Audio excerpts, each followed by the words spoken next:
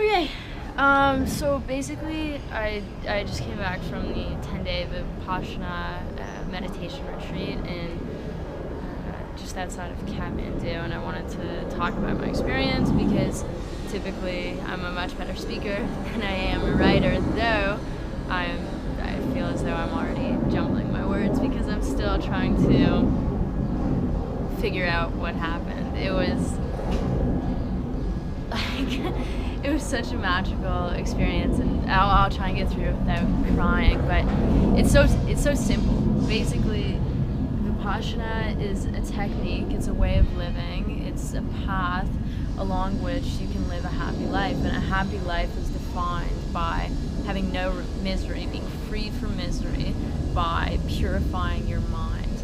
And you develop misery in your mind when you have craving towards something or aversion towards something, and these reactions this craving or this aversion all comes apart as a result of reacting to sensations in your body, which you don't even know you're feeling until you develop the sensitivity to go deeper into yourself to be able to actually feel those sensations. So for the first 3 days, you do what's called anapana, which it's not a breathing technique, but it's a way of observing your respiration. So all you do, 10.5 hours a day, is you sit there and you observe your respiration. You don't control it, you don't think about it, you don't make it heavy, you don't make it light. If it comes in one nostril, out the other, it's all okay. The key is just being able to observe it. And then with that, you develop more sensitivity to yourself, and then you start focusing on a smaller area. So then you just focus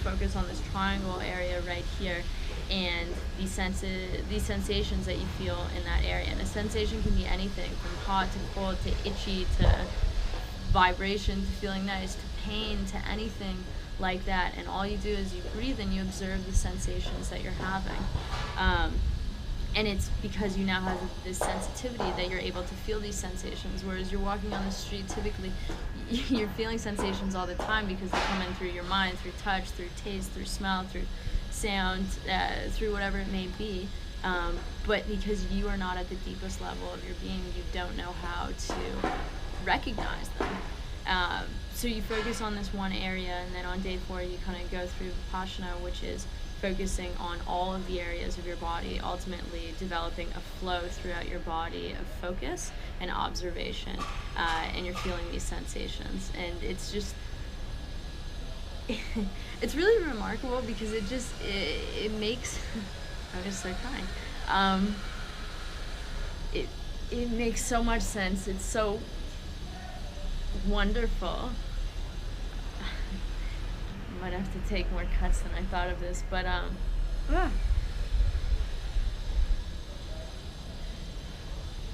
the goal is liberation from yourself. When you have mastery of your mind and the ability to control your reaction to a sensation that comes in from the outside environment, you realize that you are your own master of your own happiness and your own destiny. The way you react to something, it's all up to you. And so all you have to do is be able to identify the sensation, control your reaction, and then you can have a balanced and positive outlook on something. And the key is, it's not, suppressing or anything like that. It's recognizing the law of impermanence. So basically, sensations, when you're observing them, you realize that they arise and they pass away. They arise, they pass away. Pain comes and it goes. Pleasure comes, it goes. Itchiness comes, it goes, whatever it may be. And so when you realize that it's just a sensation that's going to come and then pass away, you have the freedom to allow yourself to just observe that sensation for what it is, as opposed to have such an extreme reaction to it. And it's these extreme reactions that create pain and misery in your life, because it's the cravings, the addictions, the angers, the aversions, anything really, because then it's just going to disappear as well, and you become extreme and hot-headed. I don't even know where I'm going with this. The community, excuse me, the community is so amazing. Most of the people there are Nepali. One of the things that I think is really cool about it actually is that everything's done off of donations, and you're only allowed to donate. They'll only accept your donation if you've actually taken a 10-day course before. So it's really these people that care so much. They serve their time, they serve their money, they serve their Vipassana, which is the focus of meditation on others, to share compassion and love with others. And it's just so hopeful. And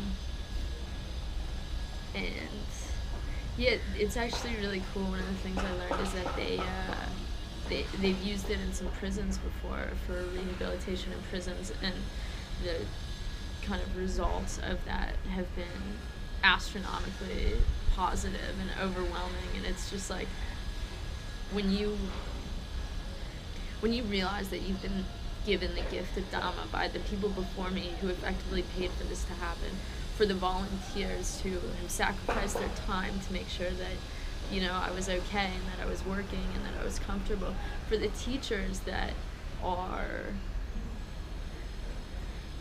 you know, focusing on you being able to help yourself.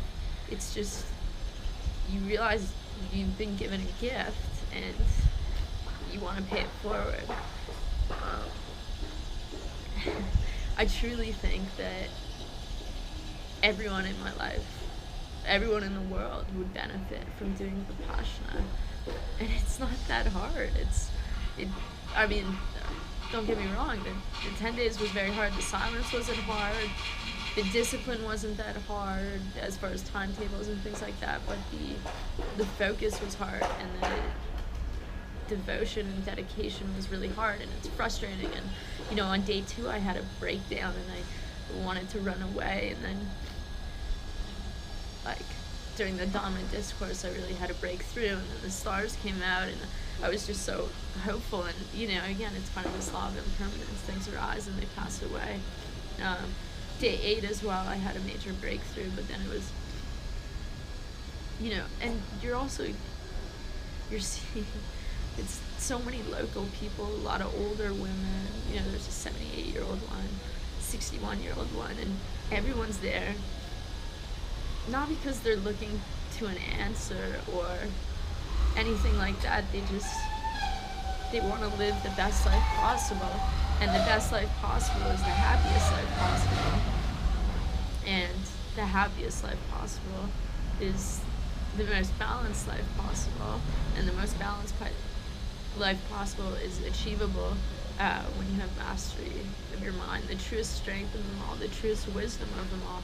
And it's definitely hard to attain that throughout the 10 days, but the reward, you know, I'm 1 day out, but the reward was just, and is, like,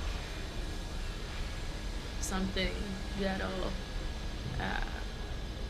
influence you positively, I think, in every moment of your life moving forwards. And keep in mind, I was and am a very happy person, and I wasn't coming there for an answer. I was coming there because, you know, I wanted to see what this local technique was like. I want to be the best version of myself, and I wanted to give it a chance. And you start to realize that it can create a world for you that you didn't even know existed. I'll read, so let's hear some notes. So I'll jumbled, sorry. Day 10, on day, maybe I lost it. No. On day 10, after the 8 a.m. session, you end your noble silence, and everyone comes outside, and they're crying, and they're laughing, and they're smiling, and they're sharing stories, and it's really spectacular. You're still observing the 5 precepts, and you still have more meditation and you know, the rest of the day and this morning to go through, but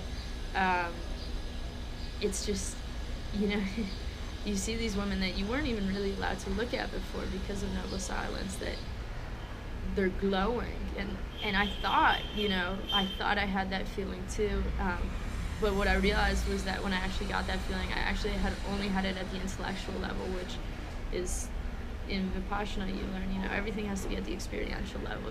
The pain in your legs from sitting like this for 10 days, like, you have to experience that. You can't read a book, you can't talk to somebody about it, you can't listen to a video to get the truth from it. You need to experience it. So anyways, I thought I had it, but in the 2:30 session yesterday, so that day, post Noble Silence, something actually finally clicked in me, where when I was observing my flow and I was going from head to toe, toe to head, feeling the sensations all throughout my body, like, I got this lift, and I definitely gonna cry, but anyways, I'll read you what I wrote. It's just notes, but post Noble Silence, being broken and people explaining how they felt. I knew I had it at the intellectual level, but was trying to relate to experiential and couldn't. Not until day 10, 2:30 sitting. I'm flying. I'm so light I feel in the air. Entirely present, optimistic, electric, flow, euphoria all over. I could have been in Africa with it snowing, I knew not. I was flying. Happiness kept me afloat. Ran to mirror after. I saw my future flash, and I grew into my death. My pupils, black, huge, dilated. I was in a trance. I just want to love. The feeling is electric, the manifestation of love for all in me. I'm shaking, I can't control. It is. Heart was beating out of me, chest lifting me. And I imagine this feeling, or Vipassana meditation, it's like love, Writers write about it, poets do poetry about it, artists paint about it, singers sing about it. And so you might think you have an understanding of what it is, but until you experience it yourself, in the Dharma discourse every day, I heard about it, people talking about it before, reading about it before, but until I felt it in that moment, I had no idea what it was. And then you also have to calm yourself down. I was shaking, I was jumping, I felt like I was like born into just a world of beautiful love, to be honest. And I kept thinking, like, oh, I gotta tell this person about it, and so that's why I'm doing this video, so that you can hopefully see it in my face as opposed to in my words, that this is just really, really magic. And then you also remember, this feeling, this sensation, this too is impermanent.